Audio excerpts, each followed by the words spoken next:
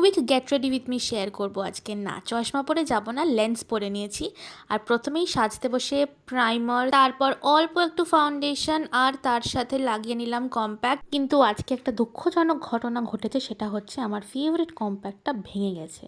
তারপরে করে নিলাম ব্রাউজ আর লাগিয়ে নিলাম আমার ফেভারিট ব্লাশ। আর ব্লাশটাই অ্যাপ্লাই করে নিলাম হালকা করে চোখের উপর। আর দেখো, দিস ইজ মাই আউটফিট। লাগিয়ে নিলাম সেটিং স্প্রে আর mascara to end the look. And এই ইয়াররিংটা আমার অনেক পুরনো, বাট আমার ভীষণ ফেভারিট, তাই সেটা পরলাম। আর পরে নিলাম একটা হালকা নিউড ব্রাউন লিপস্টিক, সাথে পরে নিলাম টিপ।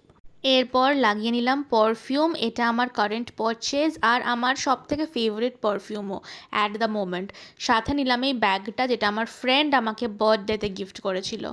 আর এটা হচ্ছে আমার ফুল লুক, একদম সিম্পল, বাট আমার মনে হয় আমাকে দেখতে বেশ লাগছে। তোমরা বলো তো কেমন লাগছে আমাকে আজকে?